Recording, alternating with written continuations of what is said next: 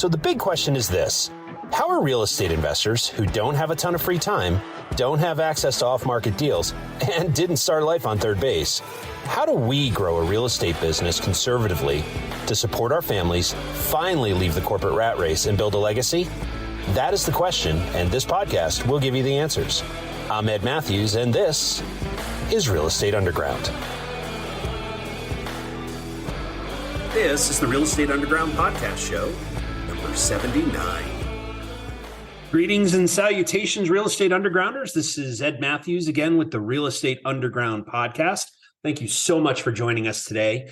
Today is an interesting conversation because, it's something that I've heard about, and I think I know what I'm talking about, but I'm probably not an expert, right? And so Mike Hardy with the Cirrus Opportunity Fund has agreed to join us and educate us on the wonderful world of opportunity zones, as well as we're going to get into tax opportunities and a whole bunch of other things. So Mike, welcome to the show, and thank you so much for your time today.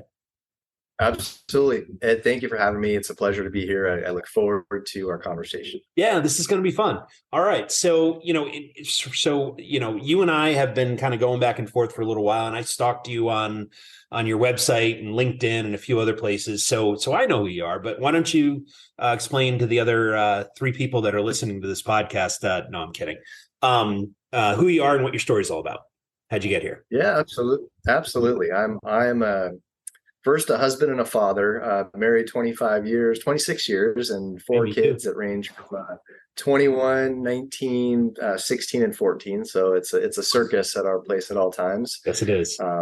Getting used to having two adult kids and two kids that are still needs some healthy amount of parenting. Right. But I love real estate. I love numbers. I love people, and anything that is a mix of that combination is just a sweet spot for me. So awesome. I'm a serial entrepreneur. My early memories of making money, I lived in New York and Connecticut, and I figured out that I could shovel driveways for my parents first for make a few bucks, and then of course the entire neighborhood and mowing lawns. So I've always looked for ways to be able to save and then understand this world of investing. So snow removal. Yeah, awesome. So snow removal and landscaping tycoon to a world-class mortgage broker, and now a managing partner of a really interesting opportunity zone fund. So obviously being a serial entrepreneur, you could probably do a lot of things. I mean, I strongly suspect your skill set is pretty broad and probably pretty deep too.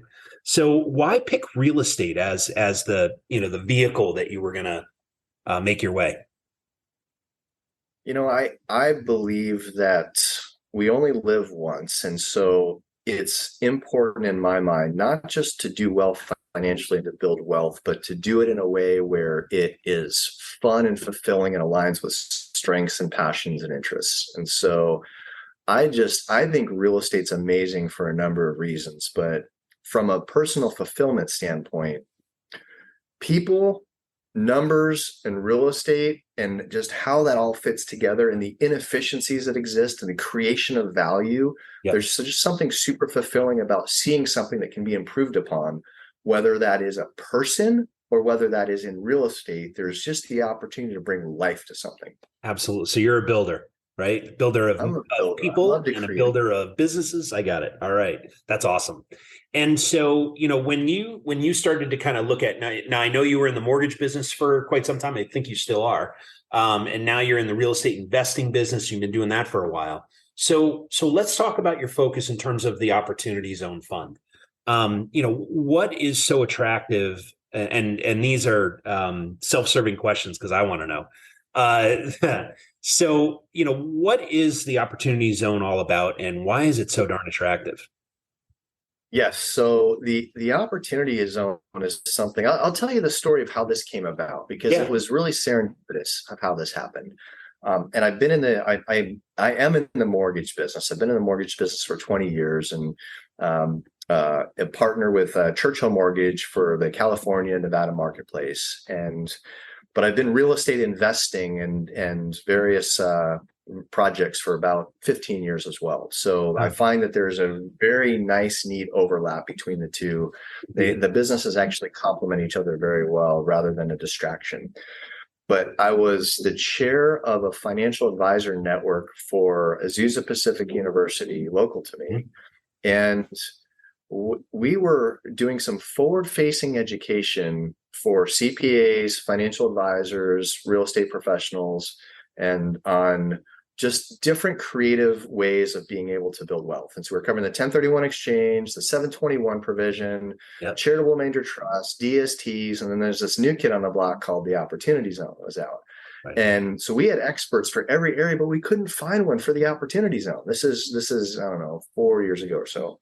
Okay. Long story short, I said, guys, I'll do the talk, but I'll do it as an interested investor, and I'll take a smaller section. Disclaimer, not to be disingenuous, but I was really curious about it. So I had to saturate in the tax law for about 3 weeks to a month to prepare. Yeah. And so the best whole time as I'm thinking, this seems too good to be true.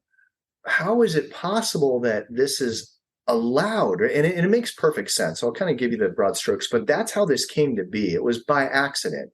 And, I come to find out that all of the ultra elite and wealthy, they're doing this. Like, this is a common practice with family offices and sort of the, very high end institutions to be able to mitigate, capital gains, take care of the strategy.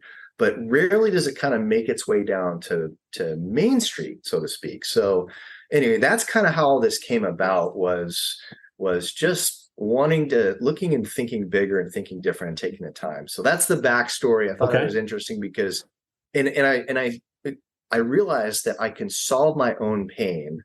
And in doing so, that there's a lot of other investors that are maybe just kind of above mom and pop, that don't know this exists and realize, oh my goodness, this can be, if done right, the combination of tax mitigation and then compounding and tax-free exit, which I'll explain in a minute, it can be a huge difference in the wealth building for somebody. So that's the backstory to this. Yeah, that's amazing. So, like I started to say, the best way to learn something is to approach it as if you have to teach it to someone else, right? Right. And so, it's certainly helpful. All right. So let's get into this. Let's roll up our sleeves and get into Opportunity Zone. Exactly what is it and how does it work?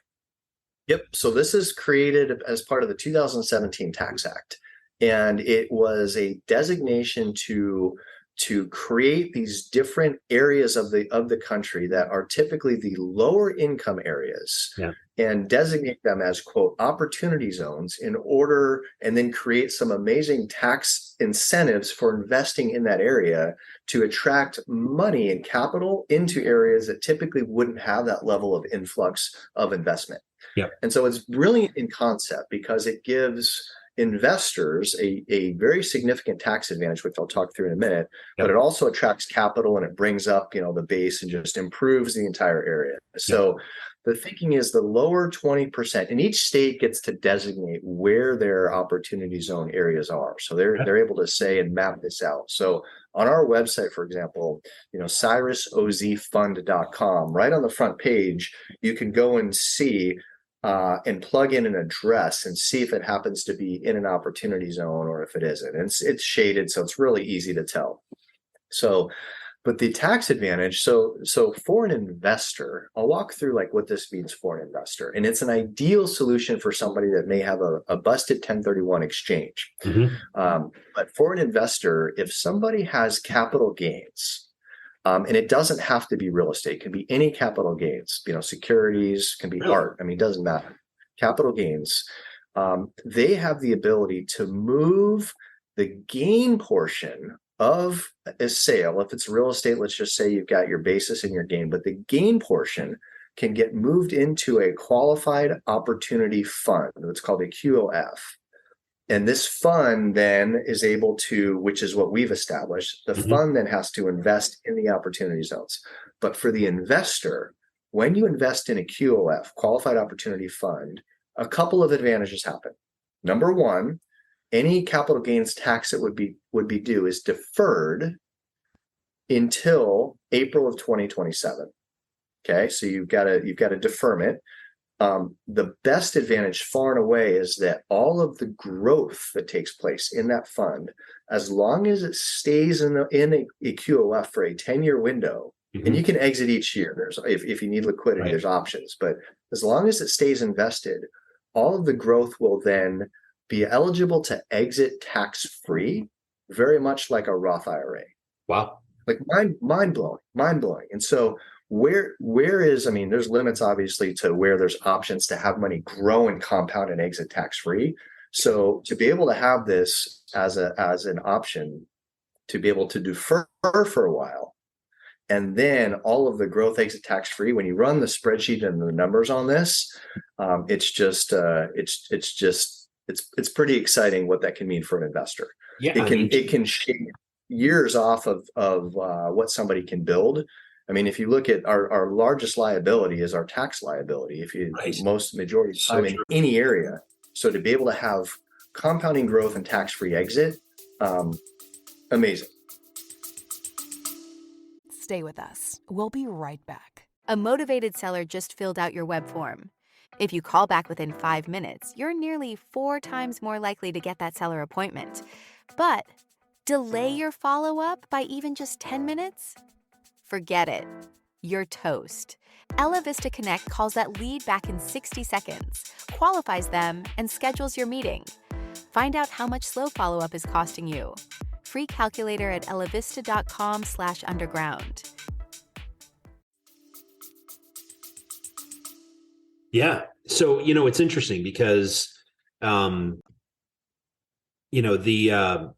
fact is that, from an investment perspective, I didn't realize that you could take just the gain of a transaction. Let's say I sell an apartment building and I make $1, right? And my basis is $1, right? So I can take that $1 back, put it back into my business, and then take the $1 that was profit, capital gain, and hand it to, a fund like you. And for 10 years, that gets to grow and hopefully turn into $2 and then $4. And we'll see after that, right? That's right. And then you pay taxes. I want to make sure I understand this part. So you pay taxes on when you collect that money at the end of 10 years. What portion of that is taxable? Right. So all of the growth that takes place in that is going to be a tax-free exit. There is tax due. This is one of the complications, and we have a creative solution to it. But one of the complications is that the capital gains tax that would be due today is, instead of due in 2023, it's due in 2027. Okay. The Huge win. This program sunsets at the end of 2026.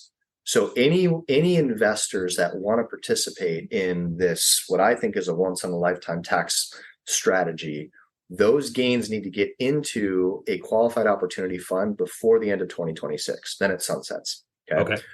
Any of the capital gains, whether you move it into a fund today or whether you move it into a fund by the end of 2026, those are due April of 2027. Okay. We have set up the ability for an investor to margin loan, a wash loan against their contribution to 20% to be able to cover, if they need a liquidity to cover the tax. Yep. So we wanted the investment, the opportunity to stand on its own. And I've set this up to really solve my own pain initially, and realized that I was doing enough projects and paying enough tax. And I was a financial advisor early in my year prior to the mortgage and real estate world. So I have some fund management experience. And so understood enough to realize that I can set this up in a way where it will significantly benefit my efforts and make it very streamlined for, other investors that are, have similar issues to be able to, participate in this opportunity. So it's interesting. I mean, just the time value of money, right? Being able to defer for, 3 to 4 years, a chunk of capital gains tax, right? And then on top of that, being able to allow that to grow over that same time frame. Plus, seems like the math is, I'm sitting here calculating in my head that $1 that I would hand to a fund, and it gets very attractive very quickly. So I'm curious, the assets themselves. Opportunity zone tells me that it's probably a pretty rough area sometimes, right? And so how do you manage that risk? And then secondly, how do the returns typically, right? We're not talking specifics, but at a very high level, how do the returns track relative to, let's say, multifamily as an overall asset class, figuring, 9 to 12%, depending on where you are in the world? Sure. Nope. Great question. Fortunately, there's enough opportunity zones, and I'm in Southern California, and we have a little bit of a unique advantage because I know the areas that we're in very well, and then also have an existing 20 years of relationships of real estate professionals that happen to bring us a lot of off-market opportunities. And so because we're kind of like above the mom and pop size, but below the Wall Street. So we have a really interesting niche where we can buy things that are, and my belief, and this has been my strategy for a long time, and one of the reasons I love real estate, to your earlier question, is there's enough inefficiencies in real estate that exist that if you have the right network and do the right research, the money's made when you buy. And so we're able to buy and start the game already at a very attractive position, and then work through a particular project. So we're careful about the areas that we invest in, and we know that we buy right. And then we're building out a whole series of different townhomes, and are able to have a couple of different niches. One is we're able to buy, typically get the land rather inexpensively, and so we're starting from a very efficient place, and then we can build efficiently. And then our strategy is build to rent for the next 10-year window. I've spent countless hours in the research of understanding the demographics and the trends and how this market compares to '08, and sort of the tailwinds that we have of the millennials coming in, and then the post-millennials, the housing crisis, all the things I'm sure talked about fairly often. Yeah. But a combination of, build to rent, and then just the local intel that we have is really a competitive advantage. And then being, again, below like the Wall Street bite size and above the mom and pop, it's just there's so much inefficiency there. I don't think people realize. It's the space I live in as well, so I couldn't agree more. So as far as the returns and expectations, right?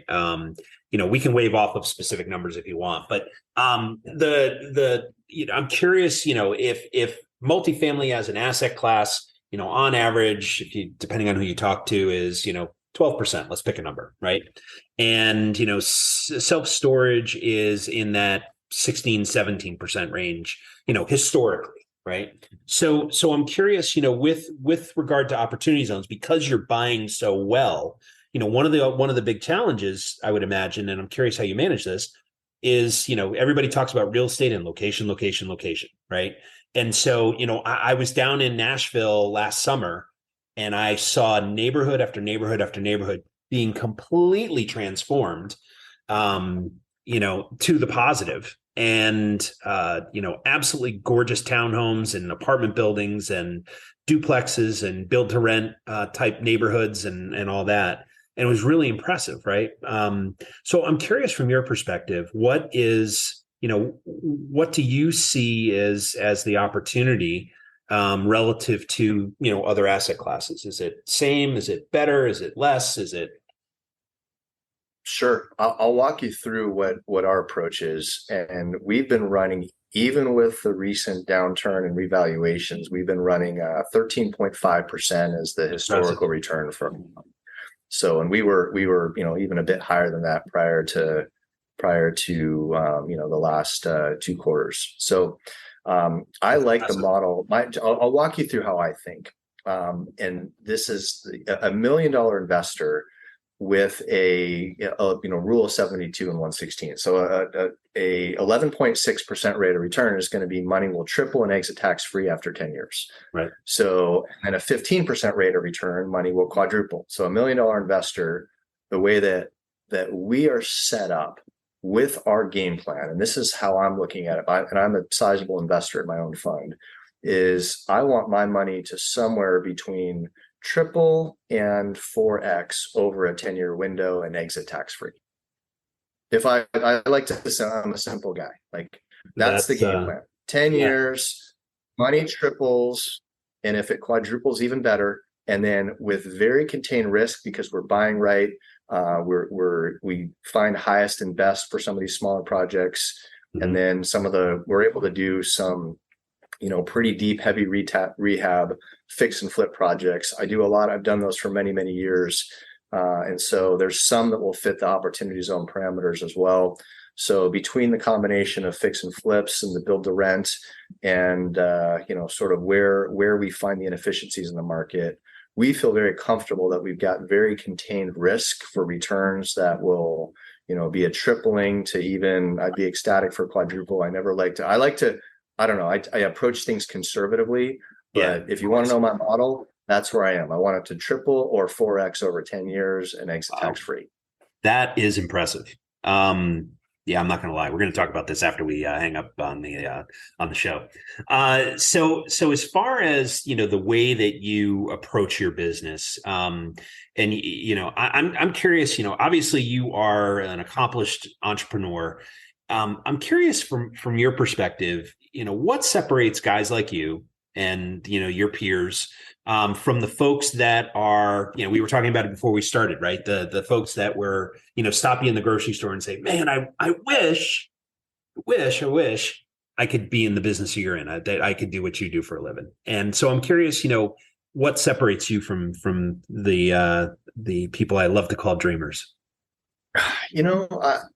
I'll tell you, I grew up poor, so I have a really interesting perspective. I've had to work for a lot of things in life, and I remember some of my early memories where we were living in a mobile home that me and my two younger sisters had one small corner with the bunk beds and the side bed, could barely fit in there. My folks were in the other end in this little hallway. And so, and then my dad was going through school. He was getting his PhD and ended up doing really well in life. But I got to watch a transition from having very little money to then him being very well off, but a healthy discipline that went with it, and a healthy work ethic. And so it's just something that's it's been ingrained in me. So what I was able to realize is that I'm a believer of this, that there's so many opportunities that exist out there.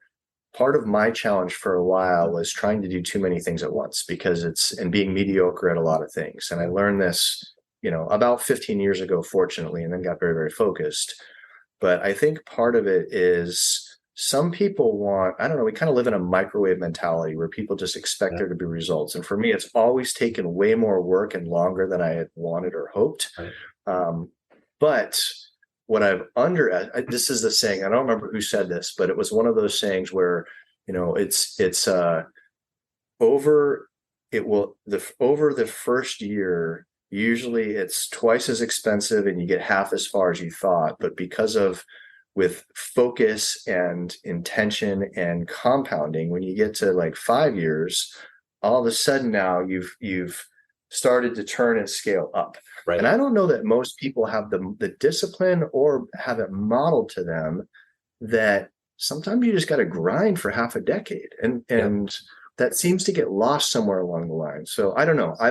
I am a believer that we are always 100% responsible for our results. And I think sometimes people can take on a victim mentality rather than one of, I will find a way to win, even if I have to fight for it. And so that's my approach. Yeah, that's profound. The fact is that everybody, you, me, folks listening, everybody are exactly where they are because of the choices they've made. Right. Period. End of story. And so, deciding that you're going to grind, to use your word, is something that I think is kind of rare in this world, right? Because I've seen so many people, peers, friends, folks I met through the industry or outside the industry that were almost there, almost. And then they stopped and went and did something else. And had they just pushed a little bit more, they would have gotten where they were looking to go. So perseverance is certainly a very important attribute. I've learned had a bucket list to do an Ironman, and I did an Ironman a number of years back. And one of the lessons from that was, and this is something that David Goggins talks about in his book, Can't Hurt Me. But one of the things that I think is true, not just physically, but in all areas of life, mentally as well, is he had this statement: when you think you are just done physically, you're actually only at 40% of what is really capable, of what's truly possible physiologically, right? Because our mind can play tricks on us sometimes. And so I know that that was a lesson that I learned doing the Ironman, is at some point you're just exhausted, but you know what? You press in and press on. And most people don't or won't. They think they can't, but they don't. And I think that happens in business too. It's like, oh, it's too hard, I'm going to, check out. And so anyway, I can't remember what it was, but I think it's, it's like the 80-20 rule, and then the 80-20 of 80-20.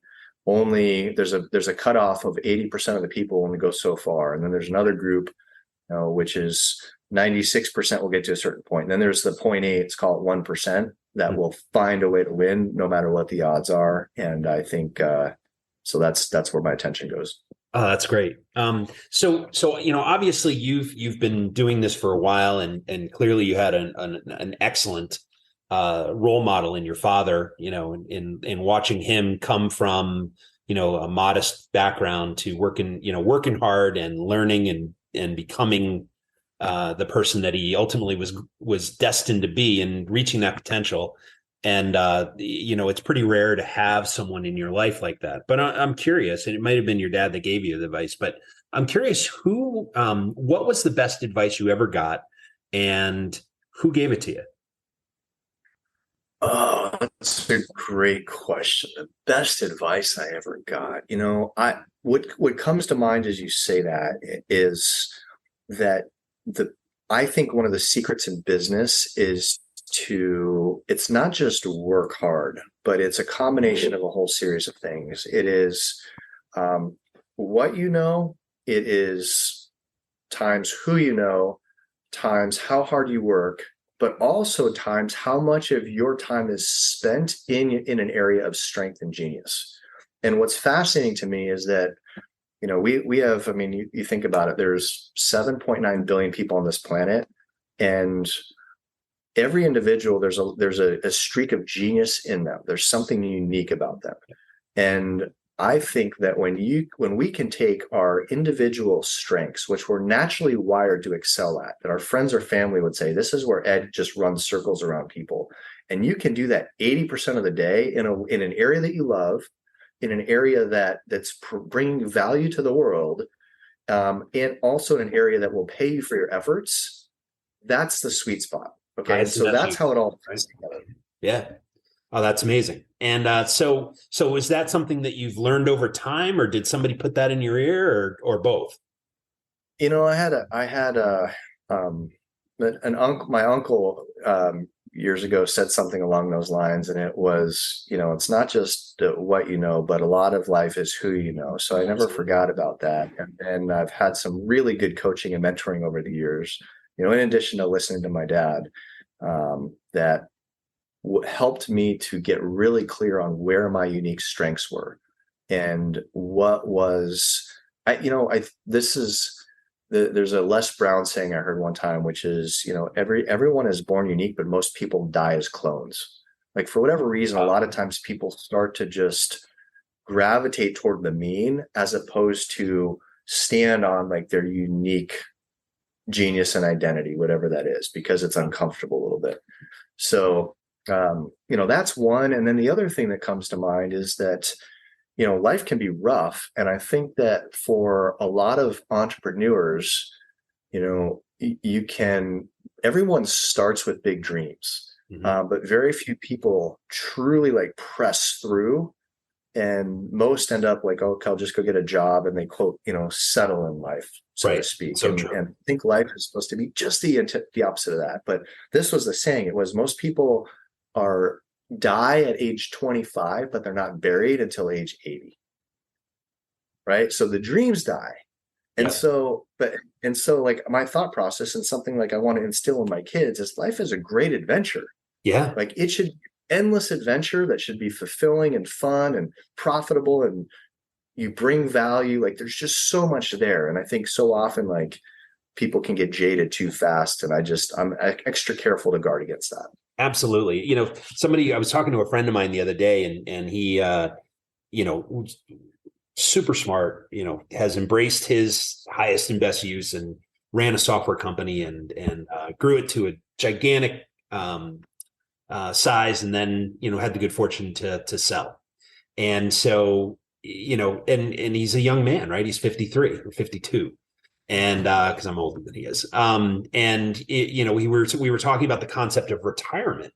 And, he said to me, he's like, Ed, I am 52 years old. I have minimum 30 more years on this earth, and I still haven't even figured out what I want to do with my life. Right. And that curiosity, that, that feeling that, I'm not done yet, is something that, drives a pretty small slice of the world. And if you can figure out, I tell people all the time, I'm 53. I don't know what I want to do, for the rest of my life. I haven't figured it out yet. Real estate is what I'm doing today. And I'm going to do it for a while, but I guarantee you that I've switched careers 3 times so far. So, and, I'm sure, obviously just looking at LinkedIn and our conversation here, I mean, you've done the same. You've done a lot of really cool things for very different organizations and companies. So, so getting back, let's talk history for a second. Okay.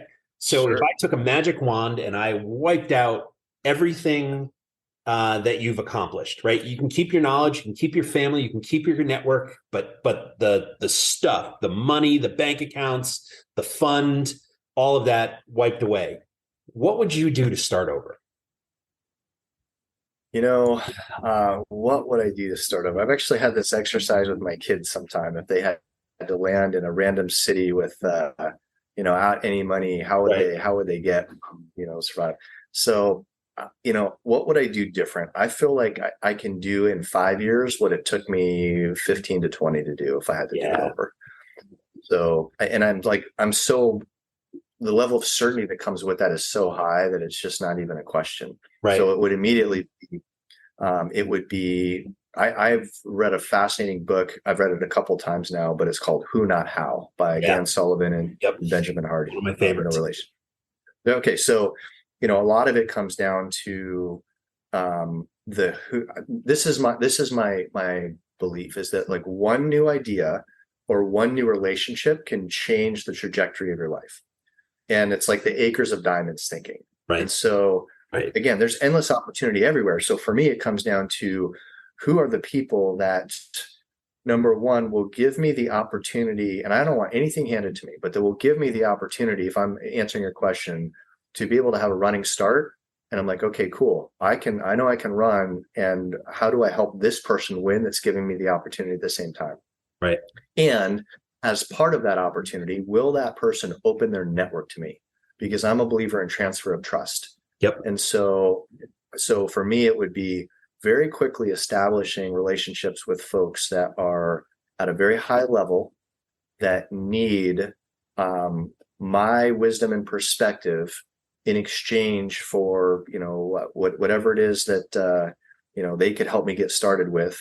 But that would be a way to fast track. And it would be, a 5-year game plan. And it's, it's kind of a fun exercise now that you're saying this. I haven't thought about this for a little bit. So yeah, it's interesting. I read a book. It was actually during COVID. Russell Brunson created it. And one of the things he did, digital marketing guy. And, one of the things he talked about, it's if you lost everything, and he went to his customers who were very successful and said, all right, you lost everything and you got 30 days to make your mortgage or your rent and feed yourself, what would you do? And it was an interesting conversation because you're talking to people, he's talking to people that are, selling coaching and real estate and supplements and, all these different, wildly different things. And a lot of them were talking about, certainty is certainly one of the things that I think you and everybody that was in that book that I was reading,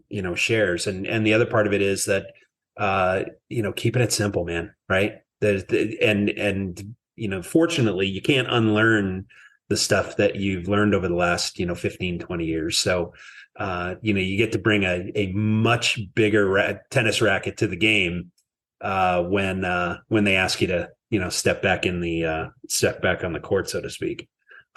So Mike, I've really enjoyed this conversation and thank you for the education. I'm grateful. So when you're not talking about real estate or, what do you enjoy doing? How do you spend your time? Oh, that's great. I'm a family guy. We have a place up in Big Bear Lake that we Nice. get to quite a bit. I'm an adventurer and athlete through high school and college, and so I really stay on a lot of things up physically. I've been going through and doing the 75 hard challenge again. If you're familiar with the 75 hard program, not. and in fact, I like to. Oh, so the 75 hard is interesting. So I'll give you the cliff notes on it. It's 75 days of 2 workouts a day, 45 minutes each. One of them needs to be outside. Okay. Drink a gallon of water. That's why I'm drink a gallon of water each day. You have to read 10 pages of nonfiction, which is pretty easy, but still it's daily. Yeah. You have to take a picture and upload it into the app. Doesn't have to be posted anywhere, but just so you can see the progression over time. Let's see what else. And then no alcohol, no cheat meals, follow a diet, and do that for 75 days straight. And so challenges like that, my entire, my mortgage group, a whole bunch of us are doing that all together. So I like bringing in challenges personally and integrating it with business to improve it, build, culture and fun. But so anything that's outdoors, that is a challenge, that's challenge oriented, love all that stuff. So that cool. complemented with real estate. I'm going to check that out. That's interesting. All right. And it's always better when you do it with somebody else, right? Because you're holding each other accountable. And I'm sure there's little side bets and money exchanged at the end of it. And, just to make it interesting, right? That's right. Yeah. I got $1 says I can do this, better, faster than you can. So Mike, thank you so much for your time today. Hey, so if people want to learn more about, get to know you or contact you or learn more about the Opportunity Zone Fund, what's the best way to do that? Sure. No, absolutely. There is, I would say, to reach out directly, Mike at cyrusozfund.com is my email address. One thing I didn't mention earlier that's super important is that if somebody has a busted 1031 exchange, it does not need to go directly to an accommodator. So they can actually have possession of the gains for 180 days. And then as long as it moves from their pocket into a qualified opportunity fund before day 181, it's eligible for this preferred tax treatment. Wow. So looking backwards, so any investor can look backwards up to 180 days. And we have openings in January and in July. And then if someone needs liquidity for whatever reason, they can have, there's an off ramp in January. So every January. But what most people realize is I think about 10 to 15% of 1031 exchanges are busted for some reason. Yeah. That person can take their basis back, invest only the gains, but look back 180 days and still be eligible. So we didn't get to cover that, but that's a key benefit. But it's a great safety net, right? Because, stuff happens. Great safety net. Right on. Great. All right. Yep. Well, Mike Hardy, thank you so much for your time today.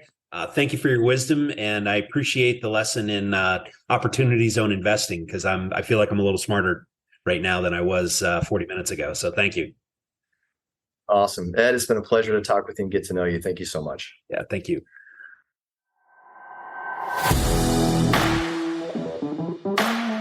This has been the Real Estate Underground podcast, a Clark Street Capital presentation.